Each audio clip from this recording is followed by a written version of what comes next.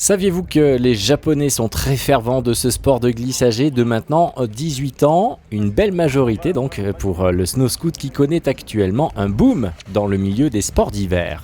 Saviez-vous aussi que la France est la nation référence de la discipline?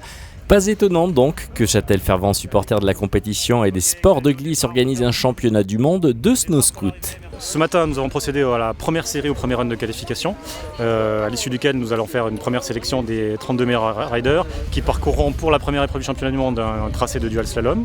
À l'issue de ce dual slalom, nous ferons 2 runs, comme ça se fait classiquement, avec chaque coureur passera sur chacun des 2 runs et on établira de manière au temps le meilleur coureur par élimination. Voilà. Qui dit Coupe du Monde dit aussi rencontre internationale avec la venue de passionnés qui n'ont pas hésité à franchir les frontières pour cette compétition. Ils sont par exemple italiens, japonais, nous l'avons vu, ou bien encore venus du grand froid québécois. Ça va être vraiment merveilleux. Puis les montagnes, de largeur pour skier. Nous, au Québec, c'est très étroit, les pistes sont pas très ouvertes. Alors, c'est splendide. C'est ça qu'on aime bien ici.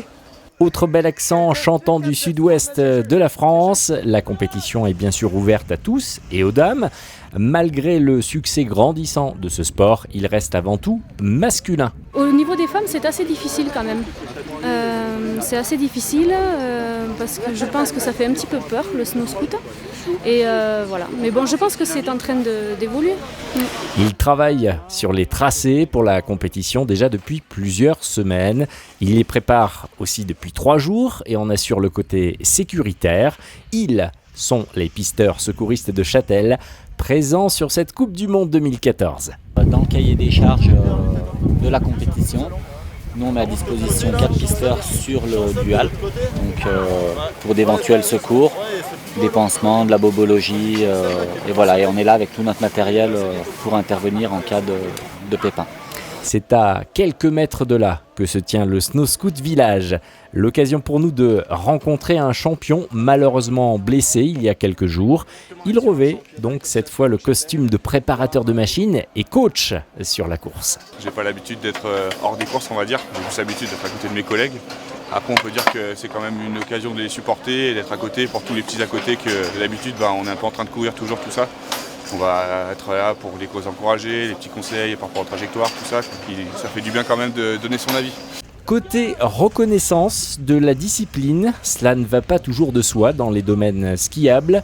Côté engin, sachez qu'il fait l'objet d'une homologation station par station. Malgré les freins à ce développement, le snow scoot, comme le snowboard il y a quelques années, se démocratise. Le sport effectivement se démocratise complètement, avec des visibilités qui s'accentuent, avec un nombre de marques qui augmente. À partir du moment où on pratique sur une piste débutante avec des conseils, c'est très accessible effectivement. Donc le sport ne va cesser d'évoluer et de se développer, ouais, effectivement. Ouais. Le Snow Scoot Village, c'est aussi l'occasion de découverte et d'essai pour le plus grand nombre.